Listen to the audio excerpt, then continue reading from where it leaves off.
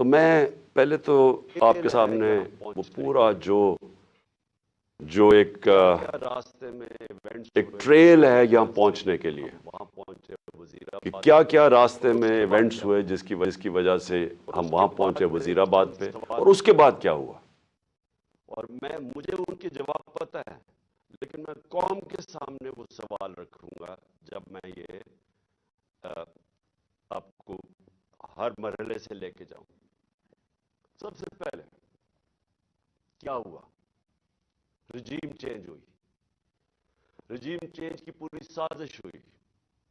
مجھے پتہ ہے اس سازش میں کون کون ملوث تھا، کس نے کیا پلاننگ کی، کیا ان کی سوچ تھی، کیسے انہوں نے پیسہ چلایا، کیسے ہمارے ایک آدمی نے فیصلہ کیا گورنمنٹ گرانے کا، کیسے اس نے جب حکم کیا تو ہمارے ایلائز ہمارے سے ہٹے، کیسے ہمارے لوگوں کو امریکن ایمبیسی میں ہمارے بیک بینچرز کو بلا کے بات چیت کی گئی، ان کی میٹنگز کی گئی، اور وہ سب سے پہلے وہ لوٹا ہوئے، کیسے ان کو پیسے ملے۔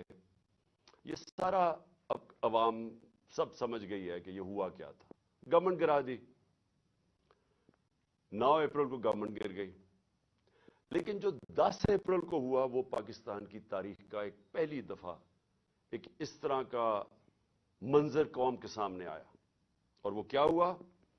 پہلی دفعہ پاکستان کی قوم سڑکوں کے اوپر آئی، لاکھوں لوگ سڑکوں پہ آئے، اور سارے لاکھوں لوگوں نے ایک بات کہی کہ امپورٹڈ حکومت نامنظور۔ یہ کبھی بھی جو پلان کر رہے تھے، جو رجیم چینج کے پیچھے جو ماسٹر مائنڈ تھا، جنہوں نے ساری پلاننگ کی، یہ کوئی بھی نہیں یہ سمجھ رہا تھا کہ پاکستان میں یہ ہوگا، کیونکہ کبھی پہلے ہی نہیں ہوا تھا۔ گورنمنٹس گرائی جاتی تھی، مٹھائیاں بانٹی جاتی تھی۔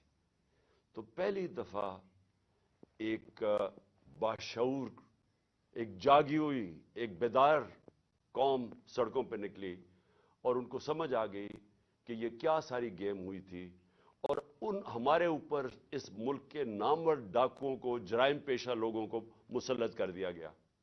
تو قوم کھڑی ہو گئی ان کے خلاف۔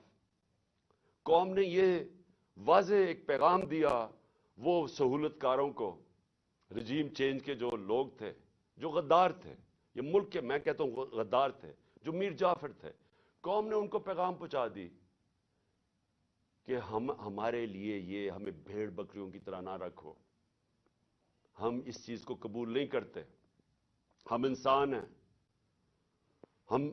ہم وہ لوگ ہیں جن میں اب شعور آ چکا ہے، اور پھر سوشل میڈیا کا زمانہ ہے، آپ کسی کی آواز ہی نہیں بند کر سکتے، جس کے پاس موبائل فون ہے اس کے پاس آواز آ گئی تھی۔ تو اس کے بعد یہ سوچا گیا جنہوں نے یہ رجیم چینج کی کہ جی اب یہ تھوڑی دیر کے لیے چلے گا، پھر یہ ایک غبارے سے بلون سے ہوا نکل جائے گی۔ یہ ساری چیزیں ہم نے سنی، پوری گورنمنٹ نے پھر تیاری کی، اور جو ہمارے اوپر ظلم ہوئے، ایک بجائے یہ کہ غلطی کر دی آپ نے، عقل یہ کہتی ہے کہ اگر غلطی ہوگی تو اس سے پیچھے ہٹ جاؤ، ریورس کر دو، الیکشن کروا دو۔ وہ آسان طریقہ تو یہ تھا، میں نے تو الیکشن اناؤنس کر دیے تھے، لیکن پورا زور لگا کے وہ الیکشن مسترد کیے گئے، اور اس کے بعد پھر یہ ان کو جب مسلط کیا گیا، تو جب قوم بار بار پیغام دینا شروع ہوئی کہ ہم آپ کے ساتھ نہیں ہیں، ہم اس کو قبول نہیں کرتے، الیکشنز ہوئے، بائی الیکشنز ہوئے، اس کے رزلٹ سامنے آ گئے۔ کبھی بھی نہیں ہوا کہ اسٹیبلشمنٹ ایک ساری پارٹیز کے ساتھ مل کے کھڑی ہوں ایک پیج پہ، اور ایک جو حکومت سے باہر پارٹی ہو وہ 75% الیکشن جیت جائے۔ قوم نے پیغام دے دیا، لیکن بجائے اس کے کہ قوم کیا کہہ رہی ہے اس کی آواز سننے کے لیے، ایک طاقت کا استعمال کیا گیا، ہمارے اوپر تشدد کیا گیا، کیسز بنائے گئے۔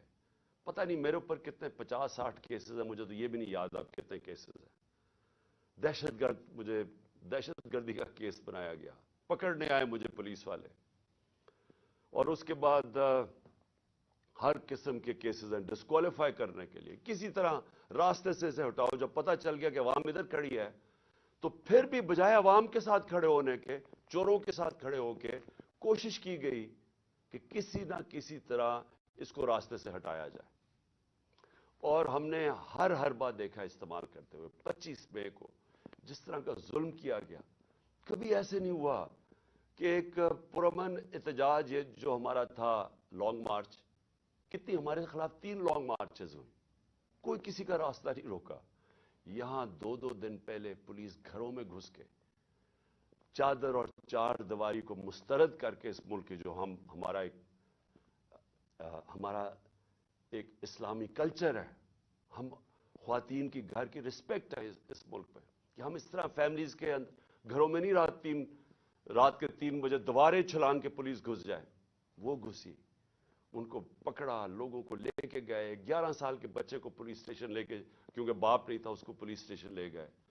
ایک ہماری 70 سالہ خاتون ایم پی تھیں, ان کو رات گھسیٹ کے پولیس اسٹیشن لے گئے. ایسا کبھی نہیں ہوا. پھر 25 میں آیا, پھر جو شیلنگ کی اور تشدد کیا, سارا ایک ابھی تک مجھے نہیں سمجھ آئی کہ یہ کس طرح کا مائنڈ تھا, یہ کیسا ذہن تھا کہ بجائے پھر سے عوام کی آواز سننے کے لیے کہ عوام بتا رہی ہے آپ نے غلطی کر دی ہے, نہیں, ان کو ہم بھیڑ بکریوں کی طرح ڈنڈے مار کے ٹھیک کریں گے, یہ مائنڈ سیٹ تھا. اور پھر جب دوسرا بائی الیکشن آیا, ساری پارٹیز ایک طرف, اسٹیبلشمنٹ ایک طرف, اس کے باوجود جب 75% الیکشن 7 یا 8 الیکشن ہم جیت گیا 11 میں سے, اس کے بعد پھر یہ پلان بنایا گیا. پہلے بھی ایک پلان بنا تھا مجھے مارنے کا. میں نے کہا کہ میں نے 4 لوگوں کے نام میں نے دے کے اور میں نے باہر ایک ویڈیو بنا کے ملک سے باہر بھجوا دی کہ اگر مجھے کچھ ہوتا ہے تو وہ ویڈیو آ جائے گی. اب دوسرا پلان بنا گیا, یہ پلان بی تھا, اور پلان بی اب ان کو پتا تھا کہ اگر مجھے اسی طرح قتل کرتے ہیں تو ان کے اوپر آ جائے گی, تو انہوں نے ایک اور پلان لے کے آئے, اور پلان کہ جی سلمان تاثیر ٹائپ قتل ہو, دینی انتہا پسند جلال اور جوش میں آ کے اس نے عمران خان کو قتل کر دیا. یہ پلان بنا. اب میں آپ کو اس کا پلان بتاتا ہوں کہ مجھے کب پتا چلا, لیکن یہ شروع کدھر سے ہوا, کیونکہ یہ جے آئی ٹی کی جو رپورٹ ہے اس کے اندر کافی چیزیں آئی ہیں جو میں بعد میں آپ کو بتاؤں گا, کہ اگر کسی کو کوئی شک ہے کہ یہ باقاعدہ ایک پلان بن کے مجھے قتل کرنے کی اسکیم بنی تھی, وہ جو میں آپ کو چیزیں بتاؤں گا آپ کے سب کے شک دور ہو جائیں گے, کہ آپ کو واضح ہو جائے گا کہ کتنی بڑی یہ پلان کر کے سازش کی گئی تھی, اور کوشش یہ بتانا تھا کہ یہ دینی انتہا پسند نے کیا. اب میں آپ کو ذرا بتاؤں کہ یہ سیکوینس آف ایونٹس کیا ہوا ہے. 24 اگست ایک وقار ستی ایک ویڈیو لے کے آتا ہے. ویڈیو کدھر بنتی ہے یہ میرا بہت بڑا سوال ہے, یہ کون بناتا ہے یہ ویڈیو, اور جیسے بھی اس کے پیچھے جائیں گے آپ کو پتا چل جائے گا, اور مجھے پتا ہے وہ کون تھے کہ کس نے یہ ویڈیو بنائی. اور ویڈیو کیا ہے, عمران خان نے توہین رسالت کر دی, توہین مذہب کر دیا, اور اس کے بعد جناب وہ ویڈیو آگے نکلتی ہے. جاوید لطیف پریس کانفرنس کرتا ہے 14 تاریخ کو, 14 سپٹمبر کو, اور وہ یہ کہتا ہے کہ جناب عمران خان نے بڑا ظلم کر دیا دین کے خلاف, بڑا یہ اس نے لوگوں کے اندر وہ کیا ہے کہ اس نے دین کی کیونکہ کیا تو لوگوں میں اب بڑا غصہ ہے اس کے خلاف. پھر مریم نواز, بڑا اس کو دین کی پرواہ ہے, وہ بہت تکلیف لیتی ہے کہ کوئی دین کے خلاف بات نہ کر دے, تو مریم نواز کو بھی جوش آ جاتا ہے, اور وہ 15 سپٹمبر کو وہ بھی پریس کانفرنس کر دیتی ہے. اس سے پہلے میں بھول جاؤں کہ ایک ملک کا ایک بہت بڑا دینی آدمی رانا ثناء اللہ, اس کو بھی جوش آتا ہے, وہ 14 تاریخ کو ایک پریس کانفرنس کرتا ہے کہ جی وہ عمران نے لوگوں کو بڑا غصہ چڑھا دیا کہ اس نے دین کے خلاف بولا. اور پھر ایک اور بڑا دینی آدمی خواجہ آصف، بڑا جی، اس کو بھی دین کی بڑی فکر ہے، وہ بھی پریس کانفرنس کر دیتا ہے، اور یہ کرتا ہے 10 اکتوبر کو، اور یہ بھی کہتا ہے کہ جناب عمران خان کو، اس کو قوم کو معاف نہیں کرنا چاہیے اسے، کیونکہ اس نے دین کے خلاف، وہ ویڈیو کے اوپر سارا ایک ویڈیو بنتی ہے، یاد رکھیں وہ ویڈیو بنتی کدھر سے، اس سے پہلے پی ٹی وی، اب پی ٹی وی، آپ سمجھ جائیں کہ اس کے پیچھے کون ہوگا، 4 دن پی ٹی وی کو حکم ملتا ہے کہ عمران کے خلاف پورا کیمپین کریں کہ اس نے دین کی توہین کی ہے۔ میں صرف اب پہلے یہ جو بڑے آپ کو میں نام اور نام بتائے ہیں جن کو دین کی بڑی فکر ہے، مجھے ذرا بتائیے، 30 سال سے یہ دونوں جماعتیں اقتدار میں ہیں، مجھے بتائیں کہ کبھی انہوں نے جا کے پاکستان سے باہر کی بات کر رہا ہوں، کبھی انہوں نے دین کا نام لیا؟ کبھی ان کو فکر ہوئی ہے دین کی؟ یہ ان کی آپ سٹیٹمنٹس اٹھا کے دیکھیں، یہ باہر جا کے ایک ہی بات کرتے رہے ہیں۔ میں 90 کی دہائی سے بات کر رہا ہوں کہ جی ہمیں مدد کر دو مغرب، امریکہ ہمیں مدد کر دے، کیونکہ اگر ہم نہیں ہیں تو دینی انتہا پسند پاکستان کے اوپر آ جائیں گے، بنیاد پرست دین کو پاکستان کے اوپر چھا جائیں گے، کیونکہ یہ ڈراتے تھے ایران کے اندر جب خمینی کی انقلاب آیا، اسلامی انقلاب آیا، تو یہ ہمیشہ جا کے مغرب کو خوش کرتے تھے کہ پاکستان میں بھی وہ انقلاب آ جائے گا اگر ہماری اب مدد نہیں کرتے۔ ان کی سٹیٹمنٹس اٹھا کے دیکھیں، جب یہ باہر جاتے تھے ان کے سربراہ، تو صرف ان کا یہ دین کا نہیں، دین کی بات چھوڑے ہیں، یہ صرف یہ کہتے تھے کہ ہم لبرل ہیں، ہم آپ کے ساتھ ہیں، ہمیں بچا لیں، نہیں تو دینی لوگ پاکستان کے اوپر حاوی ہو جائیں گے۔ یہ ان کی کیمپین رہی ہے باہر پاکستان سے۔ میں واحد، اور مجھے فخر ہے اس چیز کے اوپر، لیکن وہ اس لیے نہیں کہ میں کوئی کسی ووٹ لینے کے لیے کر رہا تھا، یہ میرا عقیدہ ہے، یہ میرا ایمان ہے، اور صرف جس کا ایمان ہو تو وہ جس طرح کی باتیں کر سکتا ہے، اور مجھے بتانے کی ضرورت نہیں ہے کہ ہر انٹرنیشنل فورم پہ میں نے اپنے جو ہمارے مسلمانوں سے زیادتیاں ہوتی ہیں جو مغرب میں رہتے ہیں، اسلاموفوبیا، اور پھر جو نبی صلی اللہ علیہ وسلم کی شان میں گستاخی کی جاتی ہے، اس کے اوپر واحد، میں چیلنج کرتا ہوں، میں واحد وہ پاکستان کا پرائم منسٹر ہوں جس نے اس کی بات کی ہے، ہر انٹرنیشنل فورم پہ بات کی ہے میں نے، اور پھر سے میں ریپیٹ کرتا ہوں کہ میں کسی کو خوش کرنے کے لیے نہیں کر رہا، یہ میرا ایمان کا حصہ ہے، اور میں نے اس لیے نہیں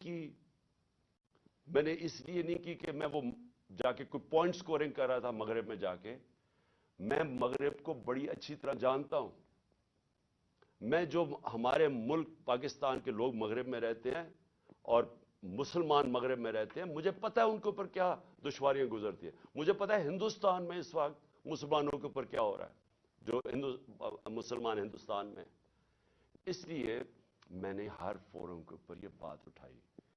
میں اپنے جو لوگ جو مشکل وقت سے گزرتے ہیں، جو ان ملکوں میں رہ رہے ہیں، میں نے ان کے لیے بات کی کہ بڑے مشکل حالات میں وہ گزرتے ہیں، ان کو چھیڑتے ہیں، برا بھلا کہتے ہیں، اور عورتوں نے جب اپنا سر کور کیا ہو ان کو جا کے گالیاں نکالتے ہیں کئی دفعہ سڑکوں کے اوپر، اور جو مسلمان لگے، یعنی جس کی داڑھی ہو، اور وہ جو لگتا تھا، اب تو خیر داڑیاں ٹرینڈی ہو گئی ہیں، تو ان کے اوپر یہ باتیں، ان کو آوازیں لگاتے تھے لوگ، تو میں نے ان کے لیے کہا تھا۔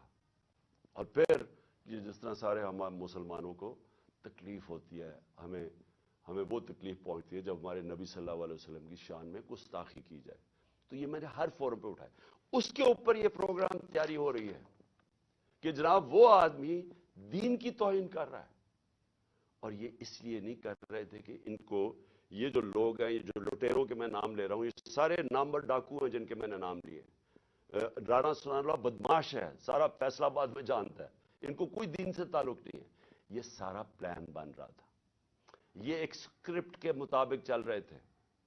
مجھے اندر سے 3.5 سال میں گورنمنٹ میں رہا ہوں، میری اندر سے ظاہر ہے میرے کنیکشنز ہو گئے تھے، مجھے اندر سے ایجنسیز کے اندر سے پیغام آیا کہ یہ پلان بن رہا ہے آپ کو قتل کرنے کا، دین کے نام پہ، وہی سلمان تاثیر والا قتل۔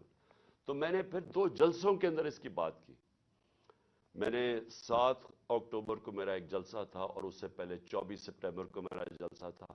ان دونوں جلسوں میں میں نے یہ بتایا کہ یہ پلان بن رہا ہے مجھے قتل کرنے کا، کیونکہ وہ جو 4 تھے بند کمروں میں جنہوں نے فیصلہ کیا تھا، انہوں نے یہ سوچا ہوگا کہ اگر وہ قتل تو ان کے نام آ جائیں گے، لہٰذا انہوں نے اس اسٹیپ پر ڈالا کہ جی وہ دینی انتہا پسند اشتعال میں آ کے اس نے عمران خان کو قتل کر دیا. یہ پلان بنا تھا اور ان کو پتا تھا کہ اس سے ان کو ان کے اوپر سے اتر جائے گی بات. تو یہ ساری پلاننگ بندی شروع ہوئی تب سے. اور پھر وزیر آباد، اب وزیر آباد میں کیا ہوتا ہے میں ذرا آپ کو پھر زیادہ بتا دوں، یاد کرا دوں کہ ہوا کیا. وزیر آباد میں وہ جب اس لڑکے نے گولیاں چلائیں، یہ جو نوید یا جو بھی اس کا نام تھا، تو سب سے پہلے ایک چیز یاد رکھیں کہ اس نے پسٹل سے ریپڈ فائر کیا. میں آپ کو یہ بتا دوں میں نے پسٹل شوٹنگ کی ہوئی ہے. پسٹل شوٹنگ کے اندر اگر آپ سنگل شاٹ بھی چلاتے ہیں اور اگر آپ پریکٹس نہ ہو تو وہ بھی اوپر چلا جاتا ہے، کبھی ٹرائی کر کے دیکھ لیں. لیکن اگر آپ ریپڈ فائر کرتے ہیں تو وہ ناممکن ہے، جب تک آپ کو پریکٹس نہ ہو وہ ناممکن ہے کہ وہ سیدھا اوپر نہ چلا جائے. اس لڑکے نے، اور اگر وہ پیچھے سے وہ ابتسام ہمارا ہیرو نہ آتا، وہ بھی اللہ نے بچانا تھا مجھے، وہ نہ اوپر اس کے ہاتھ کرتا تو وہ یہ ساری گولیاں اوپر لگنی تھی. وہ کیونکہ اس کا ہاتھ لگتا ہے وہ اس کی گولیاں نیچے لگتی ہیں، لیکن اس کا ہاتھ ایسے جاتا ہے وہ اوپر نہیں جاتا. اس کا مطلب وہ ٹرینڈ آدمی تھا. تو وہ ادھر سے گولی آتی ہے. لیکن جب میں گر رہا تھا، میری ٹانگ پہ جب گولیاں لگیں، کیونکہ ٹانگ پہ جب گولیاں لگی میں گر گیا، تو جب میں گر رہا تھا میرے اوپر سے گولیاں، اور مجھے واضح ہوا کہ دو مجھے سنے، ایک اس کا بس سنا اور اس کے اوپر ایک اور میں نے 2 بسٹ، یعنی کہیں اور سے بھی گولیاں آئیں. میں کہتا رہ گیا کہ سامنے سے گولیاں آئی ہیں، کیونکہ مجھے اوپر سے گولیاں میرے گزری جب میں گر رہا تھا. تو ایک دم میں ابھی ہاسپٹل پہنچتا ہی نہیں ہوں، شوکت تھانہ پہنچتا نہیں ہوں، اس کی سٹیٹمنٹ آ جاتی ہے، ایک ریکارڈ کر کے اس کی سٹیٹمنٹ آ جاتی ہے. اور ریکارڈ سٹیٹمنٹ کیسے آتی ہے؟ اس کی ریکارڈڈ سٹیٹمنٹ آتی ہے کہ میں اکیلا تھا. یہ سب سے امپورٹنٹ چیز ہے. کسی نے اس کو پروگرام کیا ہوا تھا. اگر آپ کو شک بھی ہونا کہ یہ آدمی، یہ طوطا اس کو پڑھایا نہیں ہوا تھا، تو اس کی آپ پہلی سٹیٹمنٹ سننا کہ میں اکیلا تھا. کیا ضرورت ہے آپ کو کہنے کی میں اکیلا تھا؟ آپ نے تو یہ پڑھایا گیا نا کہ جی میرا بڑی توہین ہوگی مذہب کی، اس لیے میں نے عمران خان کو مار دیا. اسکرپٹ تو یہ تھی. اکیلا کدھر سے ایڈ ہو گیا؟ اس لیے اکیلا تھا کیونکہ اگر اور تھے تو اس کا مطلب کہ دینی انتہا پسند نے نہیں مارا. اگر اور پتہ چل جائے گولی مارنے والے، تو اس کا مطلب کہ پورا ایک پروگرام بنا ہوا تھا عمران خان کو قتل کرنے کا. تو اس لیے اس نے میں اکیلا تھا. اور اس کی جو پہلی سٹیٹمنٹ تھی وہ بھی بڑی مزیدار ہے. کون سے پولیس، ابھی گولیاں لگی ہیں مجھے، ابھی میں ہاسپٹل بھی نہیں پہنچا، تو کون سا پولیس ایک سٹیٹمنٹ اس کی ریکارڈ کر کے تو جا کے سلیکٹڈ لوگوں کو دیتی ہے، وہ جو کہ مخالف ہے تحریک انصاف کے، ان رپورٹرز کو دیتے ہیں جو ہمارے خلاف ہے. اب یہ ذرا سنیں، اس کی سٹیٹمنٹ آتی ہے اور سٹیٹمنٹ ریکارڈ کون کرتا ہے؟ ڈی پی او گجرات اپنے فون سے اس کی سٹیٹمنٹ ریکارڈ کراتا ہے، اور ڈی پی او گجرات اس کے فون سے کدھر جاتی ہے سٹیٹمنٹ؟ وہاں رکتی نہیں ہے سٹیٹمنٹ. یعنی چلیں اگر آپ اپنے لیے، آپ نے پولیس نے اپنے لیے سٹیٹمنٹ رکانی چلے وہ بھی مان لیں، لیکن نہیں، ابھی تفتیش بھی نہیں ہوئی، ایف آئی آر بھی نہیں کٹی، اور وہ سٹیٹمنٹ کس کو بھیجتا ہے؟ اب ذرا دیکھ لیں. ریکارڈ کرواتا ہے 1 گھنٹے کے بعد سٹیٹمنٹ، لیکن 6:01 میں غریدہ فاروقی ٹویٹ کرتی ہے. وہ 6:02 وقار ستی جس نے پہلے ویڈیو ریلیز کی تھی وہ ٹویٹ کرتا ہے. 6:02 میں مرتضی سلنگی ٹویٹ کرتا ہے. وہ حامد میر 6:03 پہ ٹویٹ کرتا ہے، اور جو آپ کو پتا ہے کہ ہمارا کتنا خیر خواہ چینل ہے جیو نیوز، وہ 6:04 پہ کرتا ہے ٹویٹ، یعنی پروگرام اس پر دکھاتا ہے وہی اس کی سٹیٹمنٹ. اور پھر سما آپ کو اگلا پتا کہ وہ ہمارا کتنے خیر خواہ چینل ہے، یعنی چن کے ان چینلز کو ہی بھیجا جاتا ہے، وہ کرتا ہے، وہ بھی 6:04 پہ کرتا ہے، اور اس کے بعد پھر باقی چینلز آتی ہیں.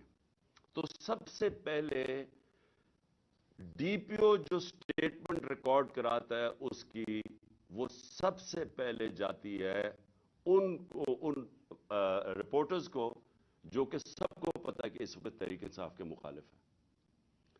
تو اب سوال یہ ہے کہ ڈی پی او تو ہمارا ہے، پنجاب گورنمنٹ تو ہماری ہے، تو ہمارا اپنا ڈی پی او ریکارڈ کروا کے سٹیٹمنٹ بھجواتا کدھر ہے؟ اور پھر جو اگلا سوال یہ ہے کہ ہمیں یہ ڈی پی او کی کوئی سٹیٹمنٹ آئی کہ جی شروع میں کوئی عجیب سی سٹیٹمنٹ اس کی آئی، تو میں یہ بھی چاہتا ہوں کہ سارے آپ دیکھ لیں کہ ڈی پی او کیسے، کیونکہ یہ سی سی ٹی وی فوٹیج پہ آ گیا. ابھی میں بعد میں آتا ہوں کہ یہ ڈی پی او گجرات نے انکوائری سے کتنی ہماری مدد کی، لیکن وہ میں بعد میں آتا ہوں. تو سی سی ٹی وی فوٹیج کے اوپر ڈی پی او اپنا موبائل فون دے رہا ہے ایس ایچ او کو کہ ریکارڈ کریں. تو میں چاہتا ہوں پہلے یہ دیکھ لیں تاکہ آپ کو اس میں کوئی شک نہ ہو کہ ہوا کیا ہے، کیونکہ میں آگے جو باتیں کروں گا یہ اس کے ساتھ جڑی ہوئی ہیں.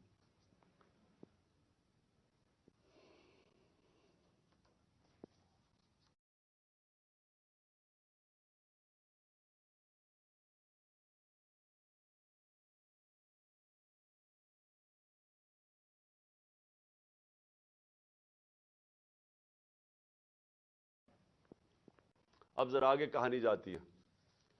مجھے تو پہلے ہی پتا تھا کہ کون اس پہ پیچھے ہے، کیونکہ میں نے تو آپ کو کہا کہ میں نے پبلک جلسوں کے اندر سٹیٹمنٹس دے دی تھی کہ یہ میرے اوپر پورا پلان ہو رہا ہے. تو ظاہر ہے جب مجھے پتا تھا پلان ہو رہا ہے، مجھے یہ بھی اندر سے پتا تھا کہ کون اس میں ملوث ہے.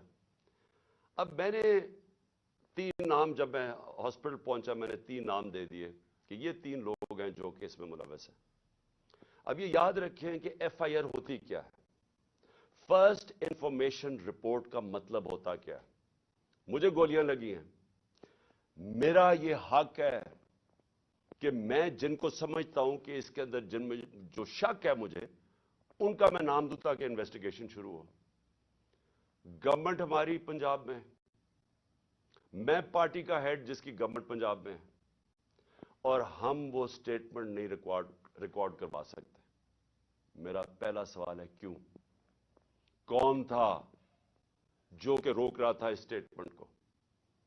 کون ڈر رہا تھا تفتیش سے؟ میں نے جب یہ نام لیے تو ان کے اوپر تفتیش ہونی چاہیے تھی، میرا رائٹ ہے. لیکن میں پارٹی کا سربراہ، ایکس پرائم منسٹر، ہماری گورنمنٹ پنجاب میں ایف آئی آر آج تک نہیں کٹوا سکتا. کون روک رہا تھا؟ کون اتنی بڑی طاقت تھی جو کہ گورنمنٹ جو ہماری پنجاب میں ہے اس سے بھی زیادہ بڑی طاقت تھی کو روک سکتی تھی اس کو؟ یہ میرا سب سے بڑا پہلا سوال ہے کہ یہ روکا گیا. میں ایف آئی آر رجسٹر نہیں کروا سکا، اور آخر میں جو ایف آئی آر رجسٹر کروائی گئی اس میں وہی اسکرپٹ کے مطابق ایک شوٹر رکھا تھا. تو اب یہ جی آئی ٹی کی رپورٹ بڑی ریلیونٹ ہے جو کہ اب آگے ادھر سے نکلتی ہے. پہلے تو اس کے بعد کیا ہوتا ہے، ہم پوری کوشش کرنے کے بعد فیل ہو جاتے ہیں ایف آئی آر ریکارڈ کروانے کے لیے. اس کے بعد جے آئی ٹی بن جاتی ہے. اب جے آئی ٹی کی فائنڈنگز کیا آتی ہیں؟ اب تک جے آئی ٹی کی فائنڈنگز کیا ہیں؟ اور میں یہ آپ کو بتا دوں کہ جتنی مشکلوں سے جے آئی ٹی آپریٹ کر رہی ہے، کیونکہ وہ میں آپ کو بتاتا رہوں گا کہ کون اس کے اندر کوآپریٹ ہی نہیں کر رہا ہے. جب جے آئی ٹی نے ڈی پی او کو کہا کہ آپ کا ہمیں موبائل فون کی ضرورت ہے، ہمارے نیچے پنجاب گورنمنٹ کے نیچے ڈی پی او منع کر دیتا ہے. ڈی پی او واضح کہہ دیتا ہے کہ میں نہیں آپ سے کوآپریٹ کرتا، آتا بھی نہیں ہے. اب ہمارے ہوتے ہوئے ہمارا ڈی پی او گجرات اس کو اب عدالت کے ذریعے بلایا جائے گا جے آئی ٹی کے اندر. پھر کیا ہوتا ہے؟ وہ جو شام کو جب ایک دفعہ ڈی پی او اس کی سٹیٹمنٹ ریکارڈ کر دیتا ہے، 8 گھنٹے کے لیے اس کو نوید کو سی ٹی ڈی اٹھا لیتی ہے. سی ٹی ڈی پھر ایک اور ویڈیو ریلیز کرتی ہے رات کے 12 بجے. اور سی ٹی ڈی کا کیا کام تھا اس ویڈیو کو ریلیز کرنا؟ پھر ایک اور چیز ہے کہ سی ٹی ڈی جب وہ ویڈیو ریلیز کرتی ہے، جو اس کی بیک گراؤنڈ ہے وہ چینج کر دیتی ہے بعد میں. پھر سی ٹی ڈی کے جو اس آدمی کو جو ملوث تھا، اس کو جب بلایا جاتا ہے جے آئی ٹی میں، وہ بھی منع کر دیتا ہے کہ میں نہیں آتا. پھر سے پنجاب گورنمنٹ کے نیچے ہے وہ منع کر دیتا ہے کہ میں نہیں کوآپریٹ کرتا. پیچھے سے وہ ابتسام ہمارا ہیرو نہ آتا، وہ بھی اللہ نے بچانا تھا مجھے. وہ نہ اوپر اس کے ہاتھ کرتا تو وہ یہ ساری گولیاں اوپر لگنی تھی. وہ کیونکہ اس کا ہاتھ لگتا ہے، وہ اس کی گولیاں نیچے لگتی ہیں. لیکن اس کا ہاتھ ایسے جاتا ہے، وہ اوپر نہیں جاتا. اس کا مطلب وہ ٹرینڈ آدمی تھا. تو وہ ادھر سے گولیاں آتی ہیں. لیکن جب میں گر رہا تھا، میری ٹانگ پہ جب گولیاں لگیں، کیونکہ ٹانگ پہ جب گولیاں لگی میں گر گیا. تو جب میں گر رہا تھا، میرے اوپر سے گولیاں، اور مجھے واضح ہوا کہ دو مجھے سنے. ایک اس کا بس سنا، اور اس کے اوپر ایک اور میں نے 2 بس، یعنی کہیں اور سے بھی گولیاں آئیں. میں کہتا رہ گیا کہ سامنے سے گولیاں آئی ہیں، کیونکہ مجھے اوپر سے گولیاں میرے گزری جب میں گر رہا تھا. تو ایک دم میں ابھی ہاسپٹل پہنچتا ہی نہیں ہوں، شوکت تھانہ پہنچتا نہیں ہوں، اس کی سٹیٹمنٹ آ جاتی ہے. ایک ریکارڈ کر کے اس کی سٹیٹمنٹ آ جاتی ہے. اور ریکارڈ سٹیٹمنٹ کیسے آتی ہے؟ اس کی ریکارڈڈ سٹیٹمنٹ آتی ہے کہ میں اکیلا تھا. یہ سب سے امپورٹنٹ چیز ہے. کسی نے اس کو پروگرام کیا ہوا تھا. اگر آپ کو شک بھی ہونا کہ یہ آدمی، یہ طوطا اس کو پڑھایا نہیں ہوا تھا، تو اس کی آپ پہلی سٹیٹمنٹ سنیں کہ میں اکیلا تھا. کیا ضرورت ہے آپ کو کہنے کی میں اکیلا تھا؟ آپ نے تو یہ پڑھایا گیا نا کہ جی میرا بڑی توہین ہو گئی مذہب کی، اس لیے میں نے عمران خان کو مار دیا. اسکرپٹ تو یہ تھی. اکیلا کدھر سے ایڈ ہو گیا؟ اس لیے اکیلا تھا کیونکہ اگر اور تھے تو اس کا مطلب کہ دینی انتہا پسند نے نہیں مارا. اگر اور پتہ چل جائے گولی مارنے والے، تو اس کا مطلب کہ پورا ایک پروگرام بنا ہوا تھا عمران خان کو قتل کرنے کا. تو اس لیے اس نے میں اکیلا تھا. اور اس کی جو پہلی سٹیٹمنٹ تھی وہ بھی بڑی مزیدار ہے. کون سے پولیس ابھی گولیاں لگی ہے مجھے، ابھی میں ہاسپٹل بھی نہیں پہنچا، تو کون سا پولیس ایک سٹیٹمنٹ اس کی ریکارڈ کر کے تو جا کے سلیکٹڈ لوگوں کو دیتی ہے، وہ جو کہ مخالف ہے تحریک انصاف کے، ان رپورٹرز کو دیتے ہیں جو ہمارے خلاف ہے. اب یہ ذرا سنیں، اس کی سٹیٹمنٹ آتی ہے، اور سٹیٹمنٹ ریکارڈ کون کرتا ہے؟ ڈی پی او گجرات اپنے فون سے اس کی سٹیٹمنٹ ریکارڈ کراتا ہے. اور ڈی پی او گجرات اس کے فون سے کدھر جاتی ہے سٹیٹمنٹ؟ وہاں رکتی نہیں ہے سٹیٹمنٹ. یعنی چلیں اگر آپ اپنے لیے، آپ نے پولیس نے اپنے لیے سٹیٹمنٹ رکانی چلے وہ بھی مان لیں، لیکن نہیں، ابھی تفتیش بھی نہیں ہوئی، ایف آئی آر بھی نہیں کرتی، اور وہ سٹیٹمنٹ کس کو بھیجتا ہے؟ اب ذرا دیکھ لیں. وہ ریکارڈ کرواتا ہے 1 گھنٹے کے بعد سٹیٹمنٹ، لیکن 6:01 میں غریدہ فاروقی ٹویٹ کرتی ہے. وہ 6:02 وقار ستی، جس نے پہلے ویڈیو ریلیز کی تھی، وہ ٹویٹ کرتا ہے. 6:02 میں مرتضی سلنگی ٹویٹ کرتا ہے. وہ حامد میر 6:03 پہ ٹویٹ کرتا ہے. اور جو آپ کو پتا ہے کہ ہمارا کتنا خیر خواہ چینل ہے جیو نیوز، وہ 6:04 پہ کرتا ہے ٹویٹ، یعنی پروگرام اس کے پر دکھاتا ہے، وہی اس کی سٹیٹمنٹ تک نہیں کٹوا سکا. کون روک رہا تھا؟ اس میں کیا چیز سامنے آتی ہے؟ نمبر 1، کہ 3 شوٹر تھے, 2 نہیں تھے, 3 شوٹر تھے. ایک تو وہ نوید جس نے گولیاں ماری, دوسرا ایک اوپر سے جو گولیاں, جو میں کہہ رہا تھا اوپر سے آئیں گولیاں, وہ اب وہاں بھی ان کے جو گولیوں کے جو شیلز ہوتے ہیں وہ وہاں ملے اوپر, 8 غالباً اوپر ملے, 10 نیچے ملے, اور 2 اور نیچے ملے جو اور مختلف بندوق سے چلائے ہوئے تھے. جو گارڈز تھے ہمارے اوپر, ان کی فورینزک جب ٹیسٹ کرایا گیا کسی کی بھی گولی نہیں چلی تھی, کیونکہ جو گارڈ سب سے قریب تھا اس کے تو 6 گولیاں اس کے اندر سے نکلی, تو وہاں تو کسی کے پاس بھی نہیں تھا. اور پھر یہ بھی چیز سامنے آ گئی کہ معظم جو تھا, جو معظم شہید ہوا, وہ آپ کوئی بھی اگر آپ کو سوشل میڈیا پہ وہ ویڈیو مل سکتی ہے, اس کا سلو موشن دیکھ لیں. وہ معظم جب جاتا ہے اس کے پیچھے, تو جیسے ہی اس کے سامنے آتا ہے نوید کے, اس کو گولی لگتی ہے. وہ گولی نہ آگے سے لگتی ہے نہ کنٹینر سے لگتی ہے, وہ گولی کہیں دور سے آ کے لگتی ہے اس کے اس طرف. اور وہ نوید کے لیے وہ گولی تھی. معظم راستے میں آ گیا, کیونکہ یہ لیاقت علی خان والا ٹائپ انہوں نے انسیڈنٹ بتانا تھا, کیونکہ فوری طور پہ جو ایک آدمی کو مار کے کہیں جی بس ایک آدمی ہم نے مار دیا, تو وہ بچ گیا نوید, اور معظم شہید ہو گیا. اچھا, اب نہ وہ کوآپریٹ کر رہے ہیں, نہ ہمارے جو ہم چاہ رہے تھے کہ اس وقت ایکس پرائم منسٹر پہ ہوا ہے, ساری گورنمنٹ کوآپریٹ کرے گی. ہمیں تبھی پتا چل گیا جب میں ایف آئی آر رجسٹر نہیں کروا سکا کہ کوئی کوآپریشن نہیں ملے گی. پھر ایک اور ہے جو اس کا موبائل فون ہے, C T D J I T نے اس کے موبائل فون کے اوپر فورینزک کرانے کے لیے اس ادارے کو دیا جو فیڈرل گورنمنٹ کے نیچے ہے, کہ بتائیں جناب کہ اس کو کالز کدھر کدھر سے آئی ہیں. اس ادارے نے منع کر دیا کہ نہیں ہم نہیں دیتے. کیوں نہیں دیتے, کیا وجہ ہے اس کی؟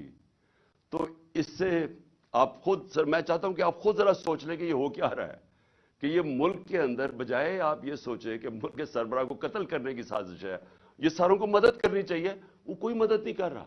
وہ تو چھوڑے فیڈرل ادارے کو, اپنے جو نیچے پولیس کام کر رہی ہے وہ نہیں مدد کرنے کے لیے تیار. اب آگے چلیں. اب بات بڑی سمپل رہ گئی ہے. میرا یہ سوال یہ ہے کہ کون کون لوگ اس کے اندر ملوث ہو سکتے ہیں. مجھے پتا ہے کون ہے وہ, میں صرف اب سوال چھوڑنے لگا ہوں سب کے لیے, اپنی قوم کے لیے, کہ یہ جب یہ جو ہوا اس کے اندر, میں چاہتا ہوں کہ قوم خود سوچ لے کہ اگر یہ ملک کے ایکس پرائم منسٹر سے ہو سکتا ہے تو باقی قوم کے اندر لوگوں کی کیا حیثیت رہ گئی. یعنی جب ہم قانون کی حکمرانی کی بات کرتے ہیں تو اس کا مطلب یہ ہوتا ہے کمزور اور طاقتور ایک ہی قانون سب کے لیے. تو یہاں تو اب واضح ہو جانا چاہیے کہ اگر ایکس پرائم منسٹر اور سب سے بڑی پارٹی کے سربراہ اگر اس سے زیادہ طاقتور لوگ ہیں تو وہ بھی نہیں انصاف لے سکتا. جو زیادہ طاقتور ہے ان کا رول چلتا ہے, جنگل کا قانون ہے پاکستان میں. تو میرے آپ سوال ہیں, میں سب سے پہلے پھر شروع کرتا ہوں. ویڈیو کس نے بنائی جس میں یہ بتایا کہ چن کے چیزیں جمع کر کے بتایا گیا جی عمران خان نے توہین مذہب کر دی. وہ کون تھے, وہ کون سا ادارہ تھا؟ مجھے پتا ہے وہ کون سا ہے, لیکن میں آپ سب کے سامنے چھوڑ رہا ہوں, اور میں امید کرتا ہوں کہ جب یہ جے آئی ٹی ان لوگوں کو بلا کے سوال پوچھے گی تو ہم سب کو بتا سکیں گے وہ کون ہے. دوسرا کہ جو میں پہلے کیوں نہیں ایف آئی آر میں کروا سکا, وہ کون پاور تھی جس نے روکا ایف آئی آر کو؟ مجھے پتا ہے وہ کون تھی, لیکن یہ میں سوال چھوڑتا ہوں. ڈی پی او گجرات کے اوپر میرے 2 سوال ہیں. کس نے اسے کہا تھا کہ یہ ویڈیو بھیجے ان صحافیوں کی طرف؟ کس نے کہا تھا کہ پہلے ان کے ہمارے مخالف صحافیوں کے پاس ویڈیو کیسے پہلے پہنچ گئی؟ کس نے بھجوائی تھی؟ کس نے ان کو حکم کیا تھا؟ مجھے پتا ہے وہ کون تھا. اور پھر سی ٹی ڈی کس نے کہا تھا CTD کو یہ ویڈیو بنانے کا جو انہوں نے رات کے 12 بجے دوسری ویڈیو ریلیز کی؟ وہ کون تھا؟ وہ پنجاب گورنمنٹ تو نہیں تھی. تو وہ کون، کس نے ان کو کہا تھا کہ یہ آپ بھیجیں؟ اور پھر وہ پیچھے بیک گراؤنڈ چینج کرنے کی کیا ضرورت تھی؟ اگر آپ کو کسی چیز کا ڈر ہی نہیں، آپ تفتیش کر رہے ہیں، تو یہ ایک دم وہ چینج کیوں کرنے، کیوں ثبوت چھپا رہے تھے؟ اور پھر JIT کے اندر سے چیزیں لیک ہوئیں اور ایک مخالف ہمارے جو بڑا ہمارے اگینسٹ بولتا ہے اس اینکر کو پہنچائی گئی. وہ کس نے پہنچائی تھی؟ کون تھا ہمارے JIT کے اندر کہ JIT کے اندر سے، اور یہ ایک جرم ہے کہ کوئی JIT کے اندر سے انفارمیشن لیک نہیں کر سکتا جب تک وہ عدالت میں نہ جائے. میں جو آپ کے سامنے چیزیں لے کے آ رہا ہوں یہ ساری عدالت میں جا چکی ہیں. اس عدالت کے اندر ایک پولیگراف ٹیسٹ کیا ہے. پولیگراف ٹیسٹ وہ ہوتا ہے جب آپ ایک انسٹرومنٹ ہوتا ہے وہ جب لگا کے آپ کے دل کے اوپر لگایا ہوتا ہے، تو وہ جب آپ سے سوال پوچھتے ہیں تو اس میں پتہ چلتا ہے کہ آپ سچ بول رہے ہیں جھوٹ بول رہے ہیں. تو اس نوید کے اوپر جب انہوں نے وہ ٹیسٹ کیا تو پولیگراف ٹیسٹ کے اندر دو چیزیں واضح سامنے آ گئی. ایک، جب نوید سے پوچھا گیا کہ آپ کے ساتھ کن کن لوگوں نے، صرف ایک آدمی کے علاوہ کسی نے آپ کو کانٹیکٹ کیا تھا؟ اس نے کہا نہیں کیا تھا. جھوٹ نکلا. وہ جھوٹ اس لیے واضح ہو گیا کہ اس کے پیچھے پورا ایک پلاننگ ہوئی تھی، اس کو پورے تیار کر کے بھیجا تھا. دوسرا اسے سوال پوچھا گیا کہ کیا آپ کو ٹریننگ تھی پسٹل شوٹنگ کی؟ اس نے کہا کوئی ٹریننگ نہیں تھی. وہ پھر جھوٹ صاحب آ گیا پولیگراف کے اوپر، کیونکہ ظاہر ہے وہ ٹرینڈ آدمی، اس کی ٹریننگ کروا کے بھیجا گیا تھا. تو سارا جو انہوں نے پورا کیس بلڈ کیا تھا کہ ایک دینی انتہا پسند نے عمران خان کو قتل کیا اور اسے شروع میں تو کہا کہ میں نے مار دیا ہے، تو وہ جو سارا کیس تھا وہ سارا کیس انہی JIT کی فائنڈنگ سے ختم ہو جاتا ہے. جس وقت 3 شوٹر آ گئے تو اس کا مطلب ایک پلان طریقے سے یہ اسیسینیشن اٹیمپٹ تھی. اور جب اس کے اوپر یہ بھی چیزیں واضح ہو گئی کہ اس کو ٹرین کیا ہوا تھا، تو اور پھر یہ بھی پتہ چل گیا کہ یہ کوئی دینی آدمی نہیں تھا. جس طرح وہ جو میں نے خواجہ آصف وغیرہ کے نام لیے، رانا ثناء اللہ وغیرہ کے اور مریم نواز کے، یہ کوئی دینی لوگ نہیں ہیں. اسی طرح یہ بھی کوئی دینی آدمی نہیں تھا کہ جس کو بڑا اشتعال میں آ کے یہ کچھ کرے. تو یہ بھی ایک پلانڈ اسیسینیشن اٹیمپٹ تھا. میں آخر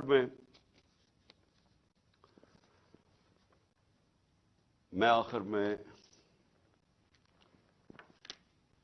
سوال پوچھنا چاہتا ہوں ان لوگوں کو جو اس ملک میں طاقت رکھتے ہیں. میں ان لوگوں سے آج سوال پوچھنا چاہتا ہوں جو مجھے پتہ ہے اس کے پیچھے تھے.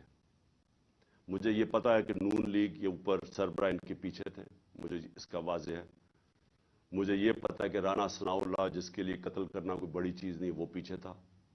مجھے پتہ ہے کہ شہباز شریف جس نے ایکسٹرا جوڈیشل کلنگ میں اس کے اوپر رپورٹ ہے 97 سے 99 تک کہ اس نے کتنے لوگ پولیس مقابل میں قتل کروائے تھے. عابد باکسر کی سٹیٹمنٹ ہے کہ کیسے شہباز شریف ان سے لوگوں کو قتل کرواتا تھا. ماڈل ٹاؤن کے اندر ان دونوں نے دن دہاڑے نہتے لوگوں کے اوپر گولی چلائی، جس میں 12 لوگ اس میں قتل ہوئے اور اس کے علاوہ کوئی 50-60 لوگوں کو گولیاں لگی، اور وہ ٹی وی کے اوپر سب آ رہا تھا. یہ وہ لوگ ہیں، ان کا تو مجھے پتہ ہے. لیکن مجھے جو ایک طرح افسوس بھی ہے اور ایک طرح اپنے ملک کی فکر بھی ہے کہ وہ لوگ جن کو ہم سمجھتے ہیں کہ اس ملک کی انہوں نے حفاظت کرنی ہے، جو اس ملک کے محافظ ہیں، وہ اس پلاٹ میں کیسے شامل ہو گئے؟ کیونکہ ان کے بغیر یہ ہونا نہیں تھا. جو سارا کور اپ ہوا ہے وہ کبھی بھی یہ جو دو کرمنلز ہیں یہ نہیں کر سکتے تھے، شہباز شریف اور رانا ثناء اللہ. یہ اس سے زیادہ طاقتور لوگ کر سکتے تھے، صرف وہ یہ کور اپ میں شامل تھے. سارا جو طریقے سے اس نے کہا جی میں اکیلا ہوں، اس سے منہ سے بلوایا گیا، ایویڈنس پولیس کے اوپر پریشر ڈالا گیا، FIR نہیں، یہ دونوں نہیں کروا سکتے تھے. ان کے پیچھے ہمارے وہ لوگ ہیں جن کو ہم سمجھتے ہیں کہ ہمارے ملک کی حفاظت کریں گے. میں یہ سوال پوچھتا ہوں کہ کیا میں وہ آدمی ہوں جس کو آپ کہہ سکتے ہیں کہ یہ کوئی بیرونی سازش کا حصہ ہے؟